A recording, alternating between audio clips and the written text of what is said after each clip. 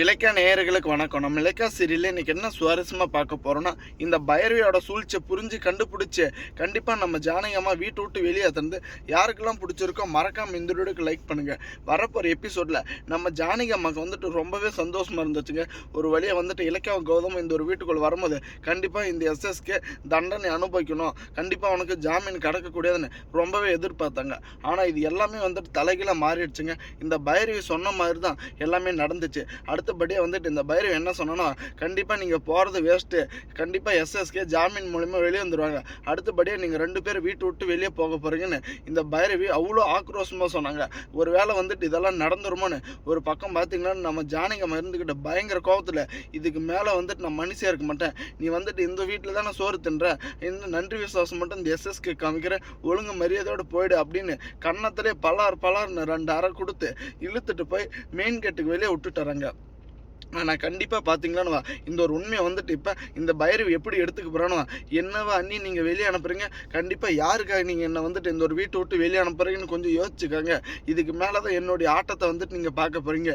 இது வரைக்கும் வந்துட்டுனா சாதாரண பைரவியாக இருந்திருக்கலாம், ஆனால் இதுக்கு மேலே வந்துட்டு என்னுடைய மொத்த வந்துட்டு எதிர்ப்பை உங்கள் மேலே மட்டும்தான் நான் கொடுப்பேன்னு அவ்வளோ ஆக்ரோஷமாக சொல்கிறது மட்டும் இல்லாமல் ஒரு மாதிரி பார்த்தீங்களான்னு கேவலப்படுத்திட்டு போகிறாங்க.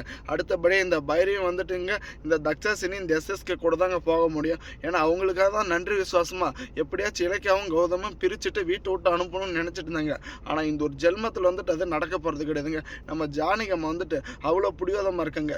கௌதம் நீ வந்துட்டு என்ன நடந்தாலும் உனக்கு ஒன்றும் பிரச்சனை இல்லை, நான் பார்த்துக்கிறேன் ஒன்று அப்படின்ற மாதிரி சொல்லிட்டு இருக்காங்க. ஒரு பக்கம் இலக்கியா நீ வந்துட்டு தோற்று போகலை, திரும்ப வந்துட்டு இந்த எஸ்எஸ்கேவுக்கு எதிராக நம்ம வந்துட்டு ஒரு எவிடன்ஸை கலெக்ட் பண்ணோம், இதுக்கு மேலே வந்துட்டு இந்த எஸ்எஸ்கே தப்பு பண்ணுறதுக்கு யோசிக்கணும், நம்ம வழியில் வரக்கூடாதுன்ற மாதிரி ஒரு பக்கம் நம்ம ஜானகி அம்மா இவ்வளோ ஆக்ரோஷமாக சொல்லிட்டு இருக்காங்க.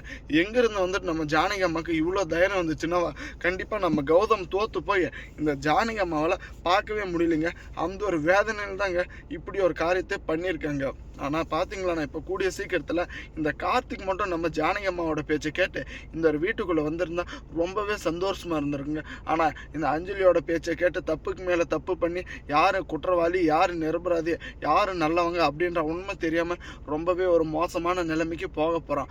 அதை நினச்சாலும் ரொம்பவே வருத்தமாக இருக்குங்க. ஆனால் இந்த தக்ஷாசினியை நம்பி இந்த பைரவி வந்துட்டு இந்த ஒரு வீட்டை விட்டு இப்போ அவசரப்பட்டு போனது ரொம்பவே சந்தோஷமாக தாங்க இருக்குது. ஏன்னா என் முகத்தை வந்துட்டு நீங்கள் பார்ப்பீங்க, கண்டிப்பாக நான் என்னுடைய சுயரூபம் என்னன்னு உங்களுக்கு தெரியாமல் போயிட்டு இருக்கோம் அப்படின்ற மாதிரி அவ்வளோ கீழ்த்தரமாக சொல்லிட்டு போனாங்க.